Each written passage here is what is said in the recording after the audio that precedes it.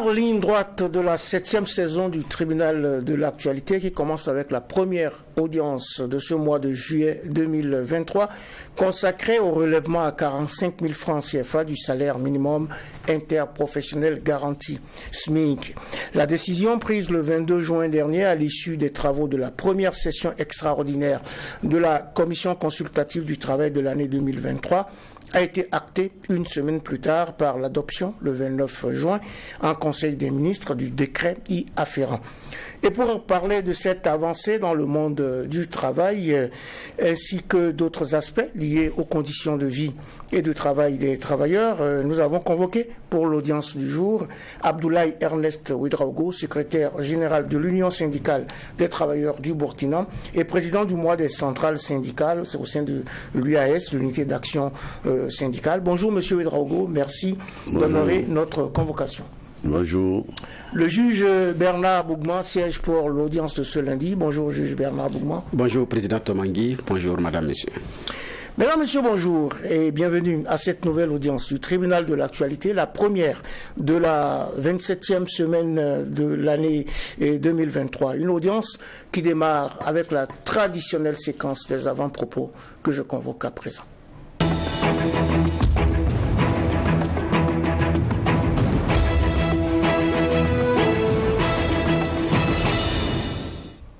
Aujourd'hui, c'est lundi et comme tous les lundis, nous avons droit à la minute motivation du juge Bernard Bougman. Merci, Président. Mon avant-propos va concerner une citation de John Maxwell qui dit « Le leadership ne consiste pas à s'affirmer sur quelqu'un. Il s'agit d'encourager les aspirations de chacun et de les réaliser. » Fin de citation. Effectivement, quand on parle de leadership, il y a beaucoup d'autres considération, connotation. Pour certains, je suis le leader, c'est moi qui décide de tout. C'est tout ce qui ne vient pas de moi, ce n'est pas bien. Tout ce qui vient de moi, bon, c'est parole d'évangile. Donc, en même temps, effectivement, on écrase les autres. On ne leur permet pas de déployer leur potentiel parce que finalement, comme c'est vous qui faites toutes les propositions, et s'il y a une proposition qui ne rencontre pas votre sentiment, cette proposition n'est pas retenue. Enfin, personne ne propose plus rien. Donc, vous menez seul le combat et vous dites que les autres ne font pas leur job, ne font pas leur boulot. Alors qu'il faut encourager les aspirations de chacun, les aider à réaliser. C'est ça aussi le leadership. Donc, je voudrais souhaiter beaucoup de courage à tous ces personnes-là qui exercent un quelconque leadership à un quelconque niveau de responsabilité, qui ont également des équipes à conduire. Ce n'est jamais pas facile parce qu'il faut concilier des sentiments, des émotions, des considérations, des cultures différentes, des éducations différentes, des considérations politiques, idéologiques et même parfois religieuses différentes. Et vous avez tout cela à conduire pour avoir un résultat. Ce n'est pas gagné d'avance. Et donc, du courage à toutes ces personnes. Courage également aux forces de défense et de sécurité, volontaires pour la défense de la patrie et aux acteurs humanitaires qui œuvrent chaque jour pour donner de l'espoir et un brin de sourire à toutes ces personnes déplacées internes. Courage également à ceux qui vont reprendre le baccalauréat l'année prochaine, et courage aussi aux parents d'élèves parce que bon, les résultats ont été livrés, mais voilà. Donc, comme c'est un concours, il y a des admis, il y en a aussi qui n'ont pas eu, mais l'essentiel c'est de se reprendre, se repréparer et puis affronter la vie avec suffisamment d'abnégation. Excellente journée et magnifique semaine à tout le monde.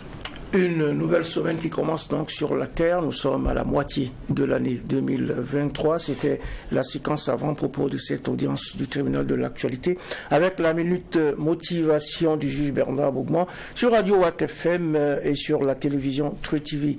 Vous nous suivez également sur nos plateformes numériques et nous parlons aujourd'hui du relèvement du SMIC avec à la barre des convoqués Abdoulaye Ernest Ouedraogo, secrétaire général de l'Union syndicale des travailleurs du Burkina et président du mois des centrales syndicales. Un convoqué qui est donc tout disposé à répondre à présent aux questions de ce tribunal, Bernard Bougman. Merci, Président. Avant d'en venir d'ailleurs au SMIC, qui faisait partie d'une des anciennes revendications du monde du travail, c'est sur le code du travail qui est aussi dans les tuyaux. Et je voudrais savoir, finalement, il est à quel niveau le code du travail qui est en train d'être révisé et qui est plusieurs fois allé sur la table, parfois même dans les tuyaux de l'Assemblée nationale, après s'est retiré, après. À ce stade-là, où en est-on avec le nouveau code du travail? Oui, M. Okay. Ouedraogo.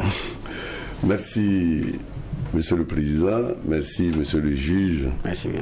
Alors, avant de tenter de donner des réponses à vos préoccupations, permettez-moi de pouvoir présenter mes condoléances à la nation entière, aux familles endeuillées et féliciter nos forces de défense et de sécurité, encourager nos frères qui ont reçu des blessures parce que ces derniers temps, ça a été du carnage.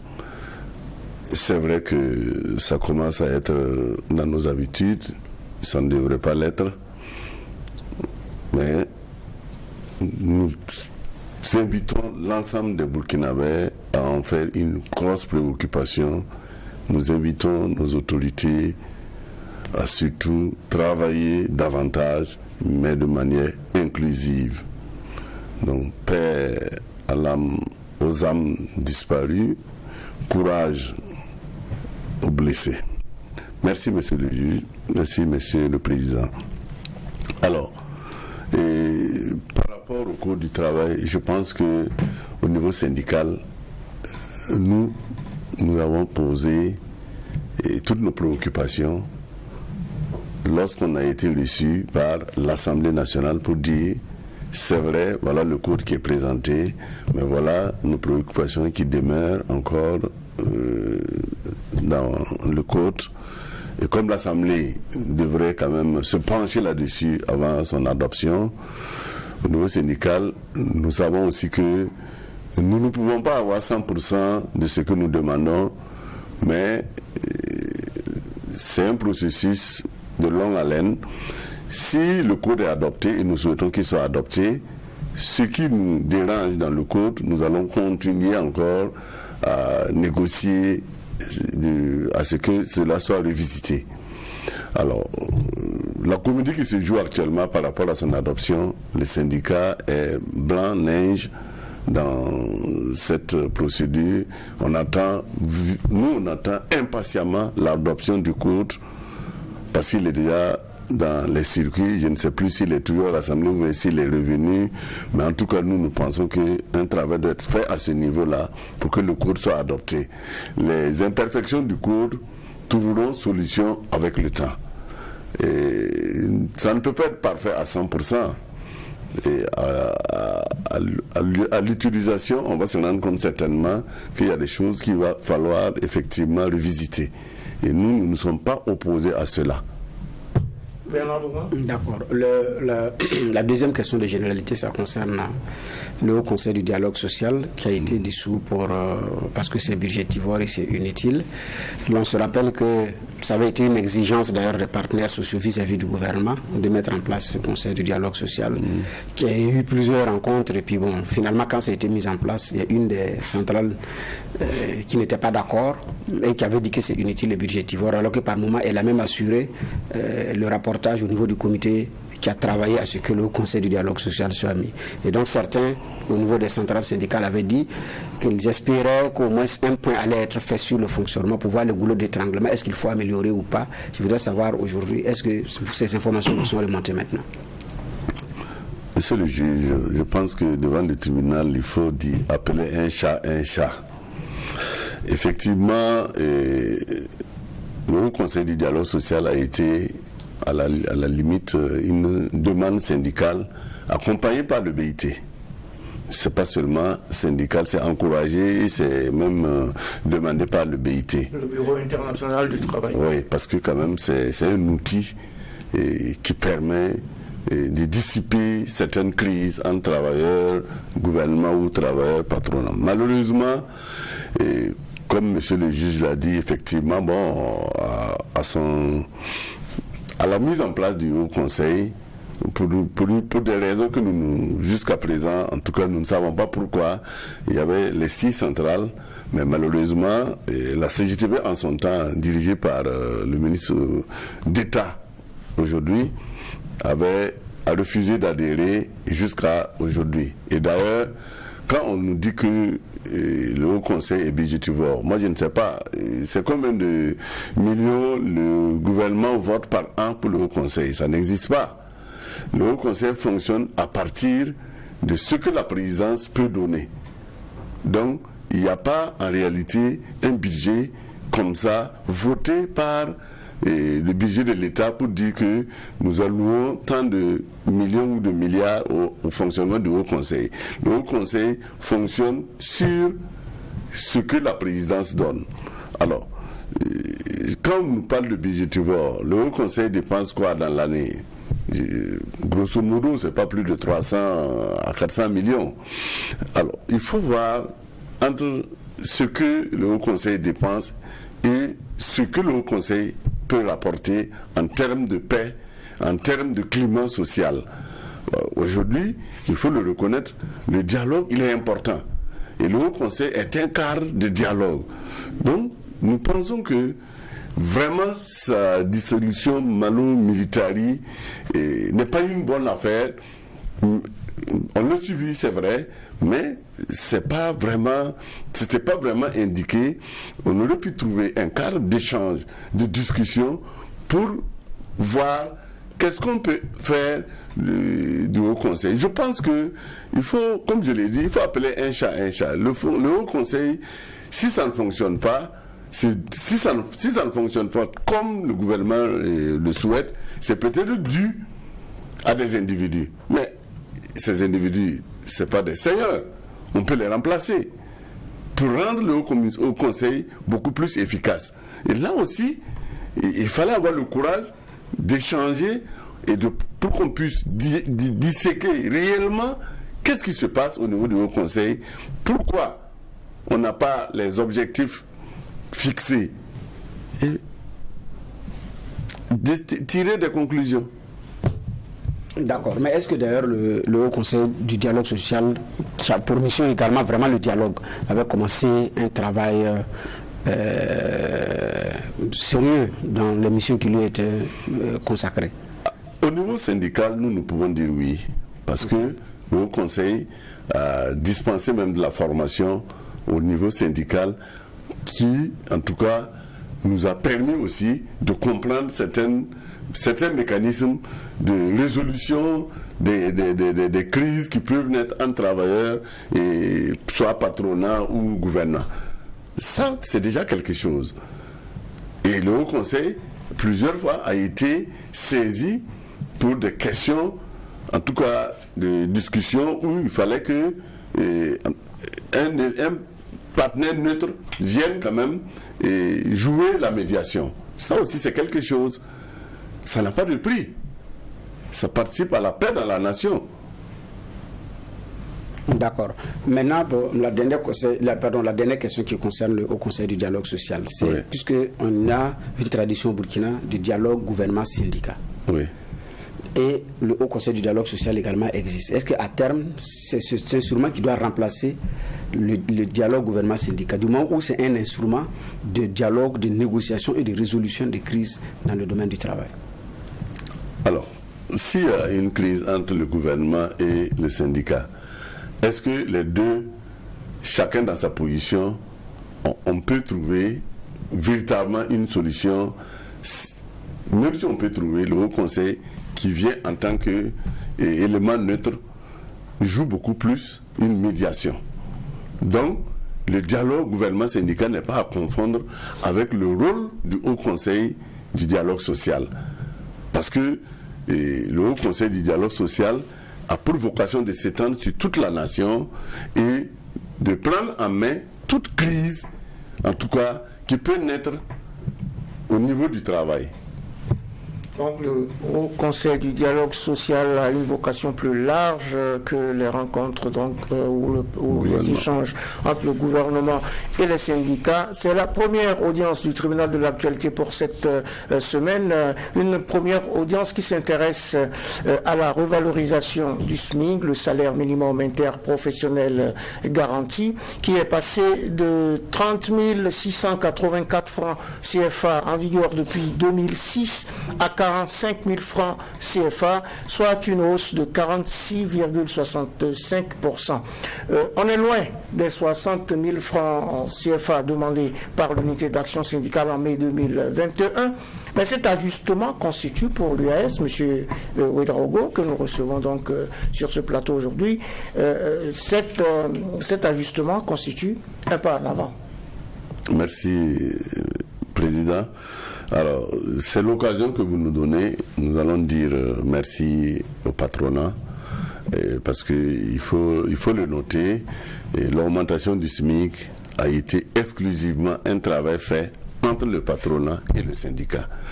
C'est vrai que pour sa mise en œuvre, c'est le gouvernement qui doit décider, parce que quand même ça relève d'une souveraineté nationale. Donc, mais en tout cas, il faut le restituer dans son cadre pour que les uns et les autres comprennent, et pour aussi quand même reconnaître l'effort qui a été fait par le patronat, parce que de 30 680, nous sommes venus à 45 000, c'est pas rien. Même si effectivement nous n'avons pas eu nos 60 000, et ça fait longtemps qu'on discute, il faut prendre quelque chose.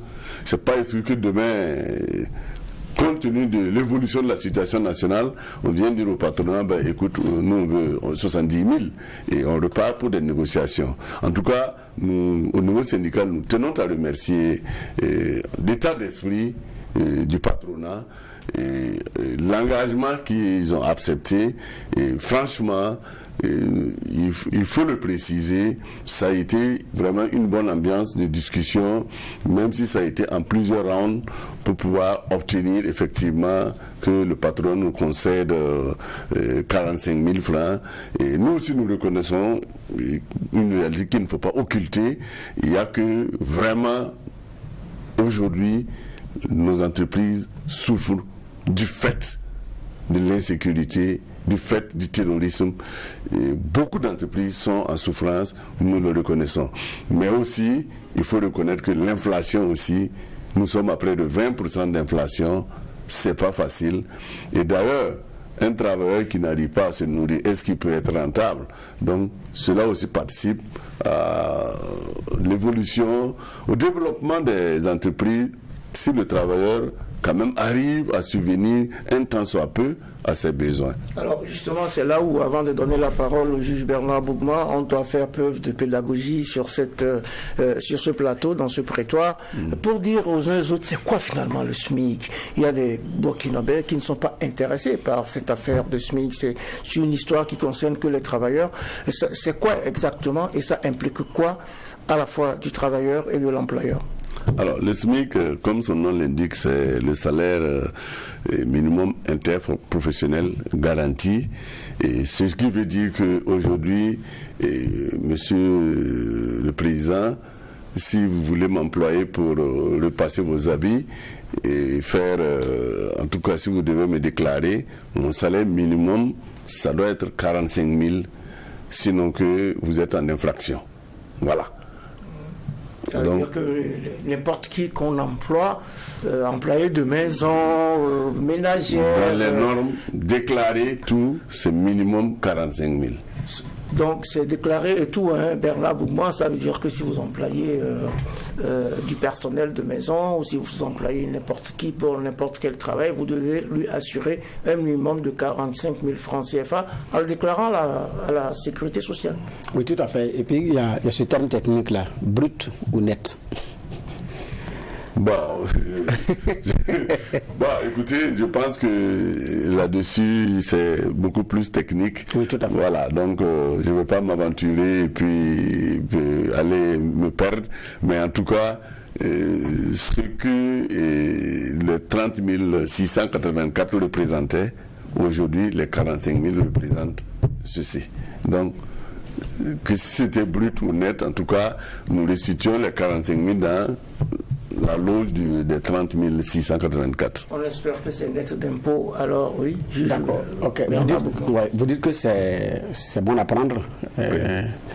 45 000, c'est déjà pas rien parce que c'est une augmentation de 40,65%. Bon, en tout cas, c'est une augmentation de plus de 40% déjà. Ouais. Alors, dans ce contexte, vous aviez souhaité 60 000. Mais qu'est-ce qui s'est passé entre-temps? Est-ce qu'après des négociations sont venues vous expliquer pourquoi est-ce qu'il ne peut pas aller à 60 000? Comme je le dis, nous, au niveau syndical, on peut mettre la barre haute, mais un syndicaliste conscient doit être prêt à discuter, doit être prêt à négocier. Ça ne sert à rien d'être dans le jusqu'au boutisme, dans le va-t-en-guerre. Donc, effectivement, il y a eu des rencontres de négociation avec le patronat. Il faut dire que nous avons en tout cas accepté, nous déplacer, aller dans les locaux du patronat, puisque c'est nous qui demandons, pour dire au patronat, vraiment, faites quelque chose pour nous travailleurs, parce que aujourd'hui, nous tirons le diable par la queue, comme on le dit. Et eux aussi, ils ont sorti des arguments pour nous montrer que nos 60 000, ça va plomber les entreprises. Oh ben, chacun a posé ses réalités et on s'est retiré pour la première fois. Très certainement, ils ont fait comme nous, parce que quand on s'est retiré, on n'est pas dû se concerter. Et également, ils sont obligés de se concerter et de faire remonter l'information au niveau de plusieurs patrons afin de décider. C'est ainsi que, bon, au début, ils étaient à 40 000. Bon, et puis après, ils ont accepté, ajouté les 5 000. Et franchement, on les remercie parce que nous savons aussi, nous sommes des travailleurs, nous sommes dans les entreprises, nous voyons comment les entreprises fonctionnent. Et c'est pas la peine de se voiler la face. Et autant nous tirons le diable par la queue, les entreprises aussi tirent le diable par la queue, en tout cas dans cette situation d'insécurité. D'accord. Bon, vous dites que c'est bon à prendre alors que bon, la tradition des syndicats burkinabés sur certains dossiers, c'est pas ce qui est donné de voir. Hein. Il fut un temps où c'était très dur en termes de revendication, c'est ça ou rien. Il y a des moments même où, pour certaines questions, vous dites que s'il y a ça à l'ordre du jour, même la rencontre n'aura pas lieu. On l'a vu pour l'UITS, même le Haut Conseil du dialogue social dont on parlait, sur les négociations de 2015 et 2016, ça faisait partie des exigences à mettre sur la table à l'ordre du jour. Obligatoirement. Donc, maintenant, bon, parce que, en tout cas, on était habitué à... de l'eau dans votre verre, alors. Bon, en tout cas, c'est le constat. Je préfère quand même que, monsieur le juge, vous soyez beaucoup plus clair, parce que autour de la discussion par rapport aux UTS, nous avons eu à intervenir, mais nous avons été clairs, nous sommes prêts, de jour comme de nuit, à nous asseoir avec les choses, comme on appelle le gouvernement, c'était le gouvernement de Roch, pour discuter de la révision des taux d'application. Parce que nous sommes convaincus au niveau syndical que même si on gratte 1%, à un moment donné, nous allons finir avec cette question d'UTS. Nous sommes aussi conscients que 0 franc coupé sur nos primes et indemnités représente un manque à gagner pour le gouvernement. Et d'ailleurs, le gouvernement nous a montré en son temps que rien que les primes et indemnités, les UTS représentent par an 30 milliards. 30 milliards, c'est pas rien. Et nous avons aussi compris, parce que il y avait un jeu malsain aussi qui était là, qui était que au niveau de certaines structures, les gens préfèrent mettre beaucoup dans les indemnités et rien dans les salaires. Alors donc si du coup on a 0 impôt sur les indemnités, mais ces gens-là se tirent d'affaires, alors que nous avons tous l'obligation de payer les impôts.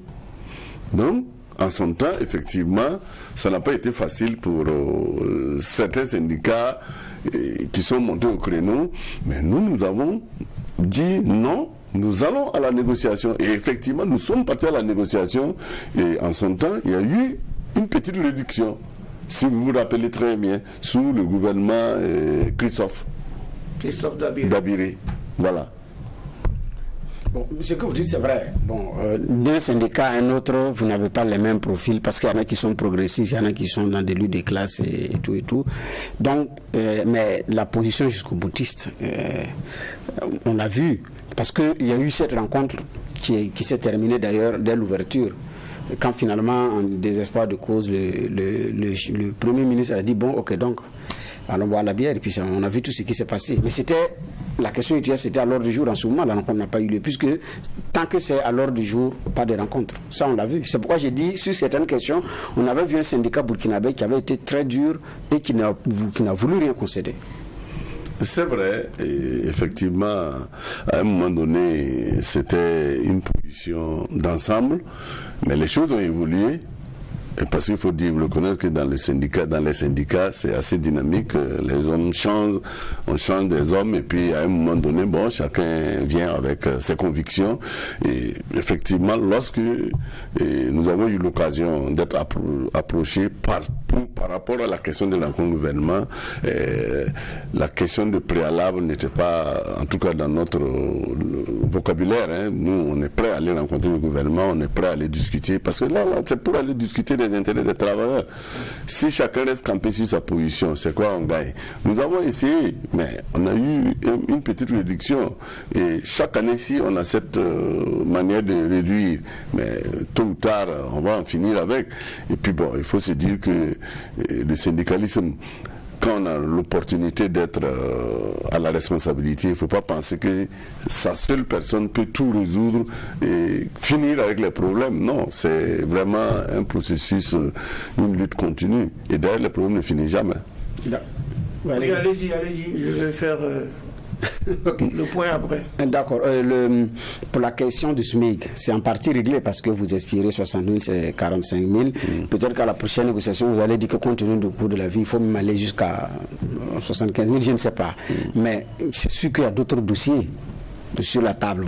Pour le code du travail, vous avez dit que là, ça est dans le tuyau, vous avez fait ce que vous devez faire, exact. Le reste, ce n'est plus à vous de vous en occuper. Mais naturellement, il y a d'autres points des syndicats qui sont sur la table. Le point majeur aujourd'hui, en dehors des deux, c'est quoi, quelle autre préoccupation? Avant de vous laisser répondre à cette question, puisqu'on passe pratiquement à une autre étape, je dois rappeler à nos auditeurs qui nous écoutent sur Radio Watt FM que nous recevons aujourd'hui Abdoulaye Ernest Ouedraogo. Il est président du mois des centrales syndicales au sein de l'unité d'action syndicale, et nous parlons du relèvement du SMIC, le salaire minimum interprofessionnel garanti. Donc Bernard Bouman posait la question des autres dossiers qui sont chers au cœur des syndicats. Moi, je reviendrai tout à l'heure sur cette affaire de SMIC. Ok. Merci, monsieur le juge. Effectivement, bon, nous avons déposé une plateforme revendicative le 1er mai qui comporte un certain nombre de points. Et en fait, tous les points sont urgents, comme on le dit. Hein. Mais bon, lorsqu'on va ouvrir la discussion gouvernement-syndicat, nous allons effectivement regarder qu'est-ce que le gouvernement nous propose, et nous aussi nous allons regarder par rapport à la situation du pays, qu'est-ce qu'on peut accepter. Voilà. Donc, sur tous les points dans notre plateforme du 1er mai, et d'ailleurs on a eu l'occasion d'en parler ici une fois, c'est des points qui sont essentiels. Par rapport au SMIC, c'est vrai que lorsqu'on a compris qu'il fallait beaucoup plus négocier avec le patronat, nous n'avons pas attendu un mot du gouvernement pour négocier. Nous avons entrepris des démarches, et puis voilà, le patronat aussi a accepté. Dans tous les cas, ils sont autonomes. Hein. Quand le patronat décide d'augmenter le SMIC, parce que ça s'applique, c'est eux qui appliquent, ben, nous les disons bravo, parce que bon, ils ont écouté quand même le cri de cœur des travailleurs. Oui, mais ça ne veut pas dire qu'il n'y a pas de préoccupation majeure. Non, comme je l'ai dit, une préoccupation, pas vis-à-vis du patronat en tant que tel, mais vis-à-vis du gouvernement. Oui, vis-à-vis du gouvernement. Nous avons déposé une plateforme.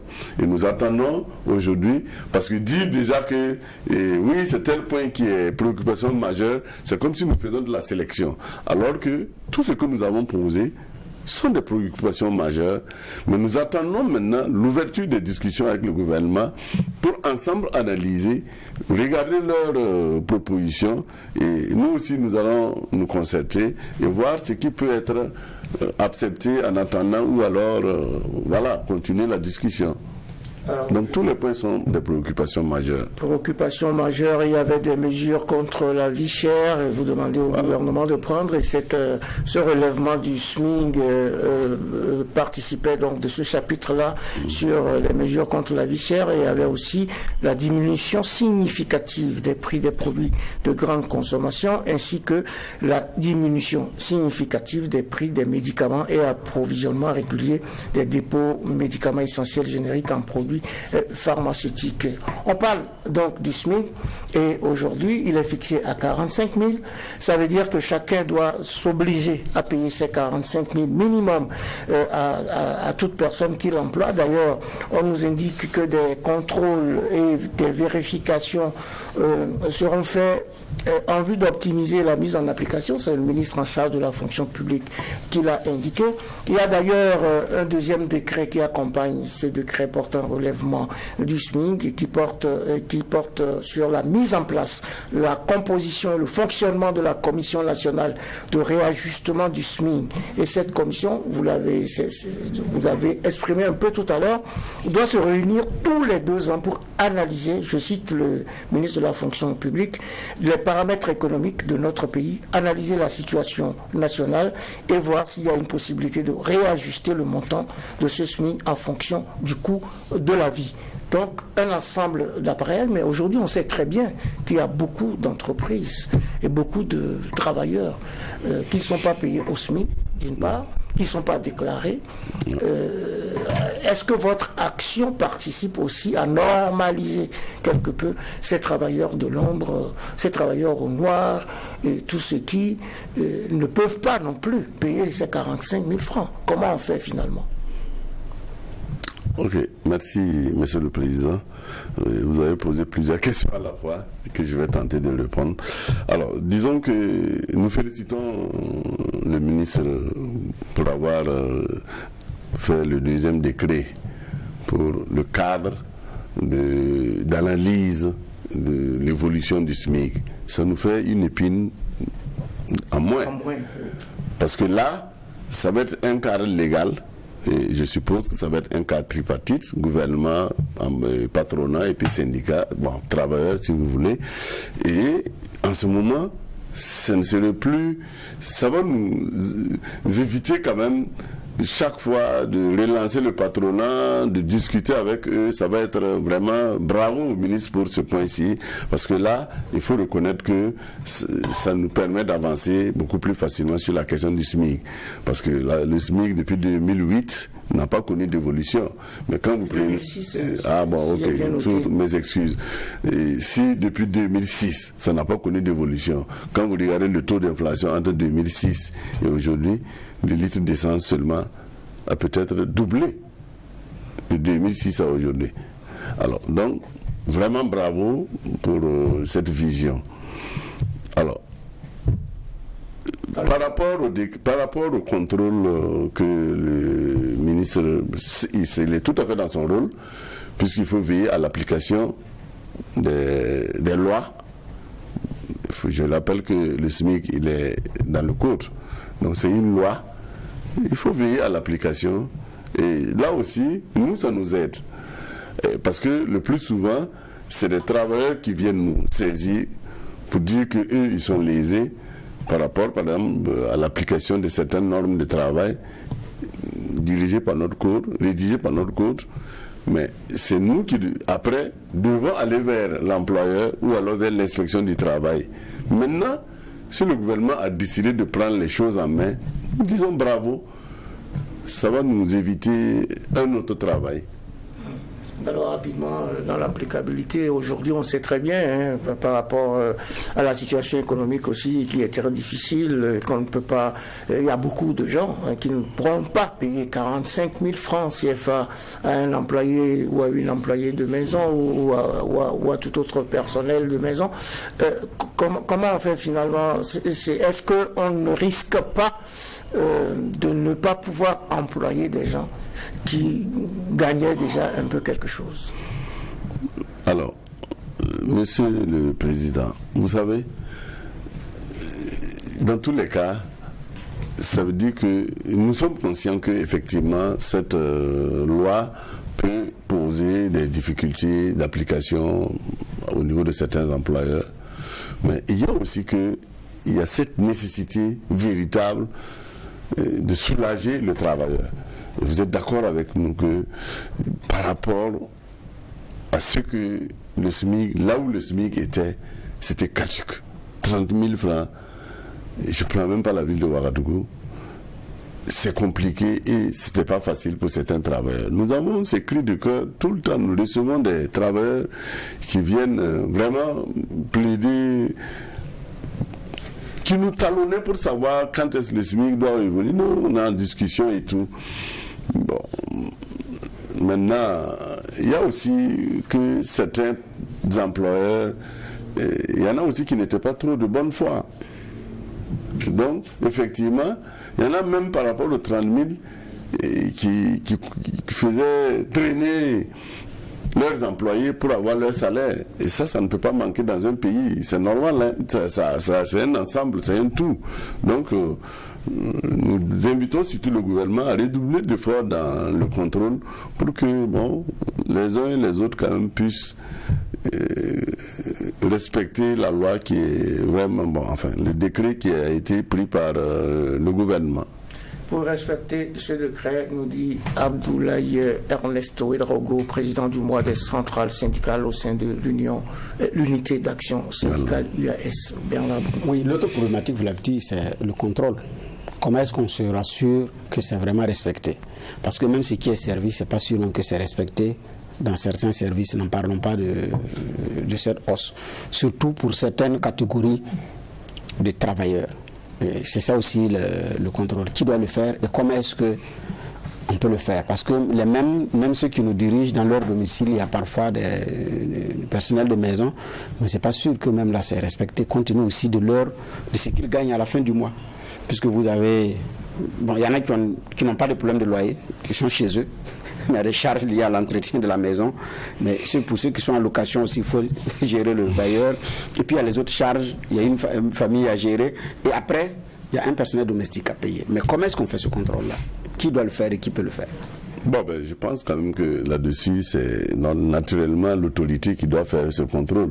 Maintenant, l'autorité peut effectivement s'associer aux acteurs qui sont sur le terrain, notamment l'organisation des travailleurs, parce qu'il faut dire qu'il y a les syndicats, il y a les délégués du personnel, c'est l'autorité qui peut veiller à ce que on sache comment organiser cela. Et comme nous sommes à l'étape de décret d'abord, nous attendons les propositions bien sûr que le ministère va faire et nous supposons que très certainement le ministère va s'entourer quand même d'un certain nombre d'acteurs pour pouvoir réussir ce contrôle et surtout l'application de la décision. Oui, Bernard. Oui, ça c'est vrai. C'est comment on appelle ça, au gouvernement de le faire. Parce que c'est l'autorité qui a pris la mesure, qui veille sur son application, mais vous êtes des partenaires sociaux. Est-ce que dans l'organisation, vous avez un droit de regard sur est-ce que c'est respecté ou ce n'est pas respecté? Parce que c'est aussi des travailleurs, et vous représentez les travailleurs. Je dirais oui, parce que lorsque nous sommes présents dans une entreprise donnée, nous avons une organisation. Et si cette organisation nous fait remonter l'information, c'est tout à fait normal que nous, on saisisse l'inspection du travail pour d'abord une conciliation à l'amiable, comme on le dit, quoi. Maintenant, lorsque effectivement au niveau de l'inspection, il n'y a pas de conciliation, ça monte vers le tribunal de travail. Sinon, effectivement, mais je précise que si aujourd'hui TruTV, s'il n'y a pas de délégué du personnel, il n'y a pas de syndicat, et nous, on ne peut pas venir en gendarme dire, écoutez, où est le DG, on veut savoir combien tu payes les travailleurs. Maintenant, si par contre, les travailleurs viennent vers nous avec des preuves qui montrent qu'aujourd'hui on les paye au lieu de 30 600, je me le situe dans un jour, on les paye à 27 000, mais à ce moment, nous on vient, on dit on approche d'abord, parce qu'en toute chose, il faut essayer quand même l'arrangement. Comment on peut réparer? Maintenant, s'il est réticent, nous on va vers l'inspection du travail qui est un cadre légal, qui le convoque et qui en tire les conclusions. Alors, peut-être une question qui ne paraît pas évidente comme ça. Est-ce que l'augmentation du SMIC induit une augmentation des salaires du fonctionnaire? Autrement dit, est-ce que le même fonctionnaire qui payait sa femme de ménage 20 000 francs, il n'a rien de plus sur son salaire, mais il doit maintenant payer 45 000 francs? Question pratique. Hein? D'abord, 20 000, c'est pas normal. C'est un exemple que je donne. Oui. Bon, donc, les techniciens vous diront, parce que lorsque le SMIC augmente, même si c'est pas grand-chose, automatiquement, au niveau des salaires, il y a une petite évolution. On va sentir. Voilà, ça c'est sûr. Maintenant, bon, vraiment, c'est pas mon domaine, donc je ne vais pas m'aventurer sur ce terrain.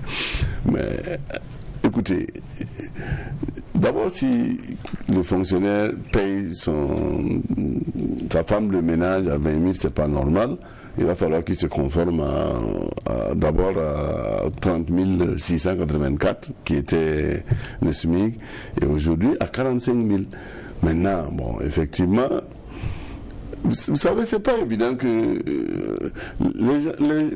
souvent c'est de la mauvaise volonté, il faut le dire. Parce que bon, on veut juste réaliser des économies sur celui qui est en face. Et ça aussi, il faut... C'est aussi une question de pouvoir d'achat, de panier de la ménagère. On peut donner aux autres que ce qu'on a. Et c'est pour ça que je demandais, est-ce que cela ne va pas entraîner une réduction du point de vue de l'emploi? Je dis, si je ne peux pas payer quelqu'un à 45 000, je n'utilise pas la personne tout simplement. Ça fait un emploi de moins. Bon. Et je pense il y a quand même il y aura quand même des possibilités d'aménagement entre les travailleurs et les employés, surtout domestiques, et les employeurs qui n'ont pas la capacité d'aller payer 45 000. Parce qu'aujourd'hui, il faut le reconnaître, hein, employer permanemment un travailleur pour une activité. Bon, je pense que nous sommes tous dans le monde actif.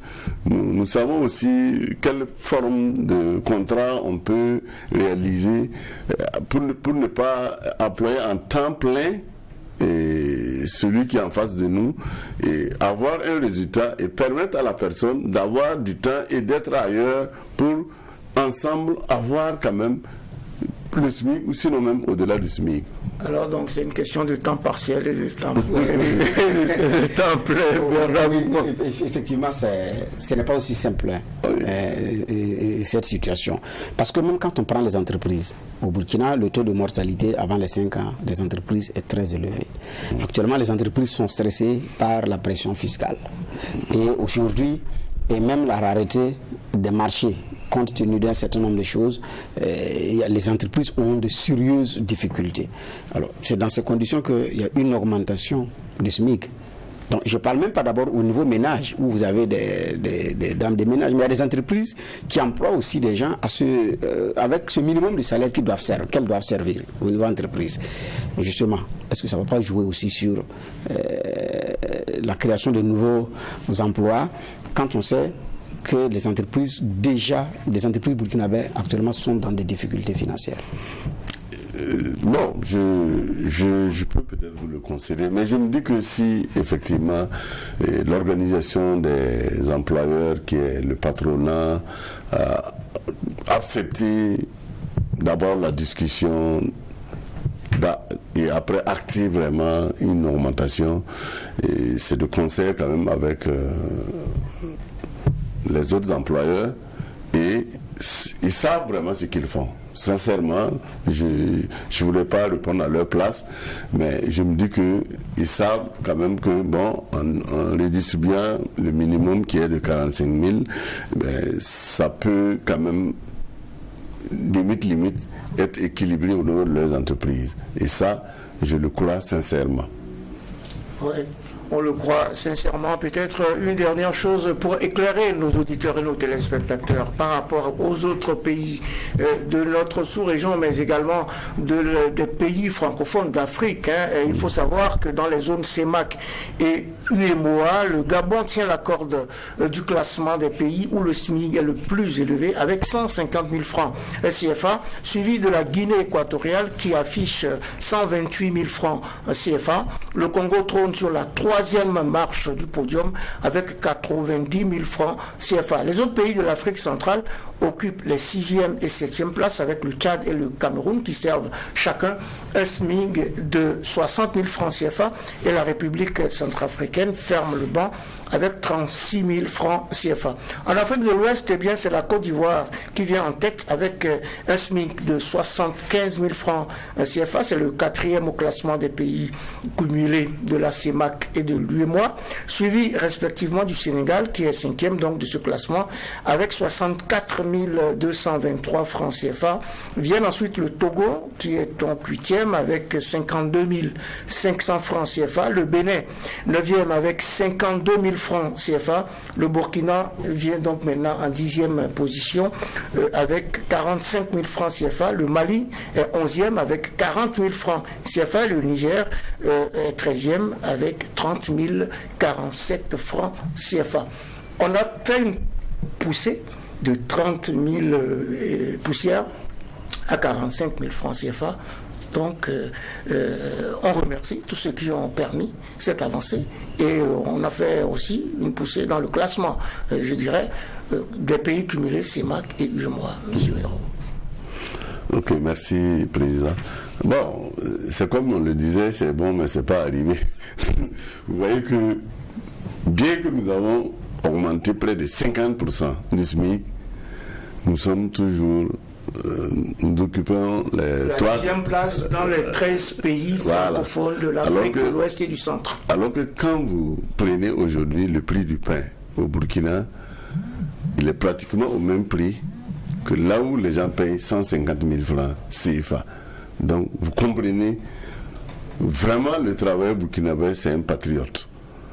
Parce qu'il sait vraiment se saigner, parce que quand on regarde le niveau de vie, le coût de la vie, ça veut dire que les gens font violence sur eux par rapport à certains besoins pour pouvoir survivre.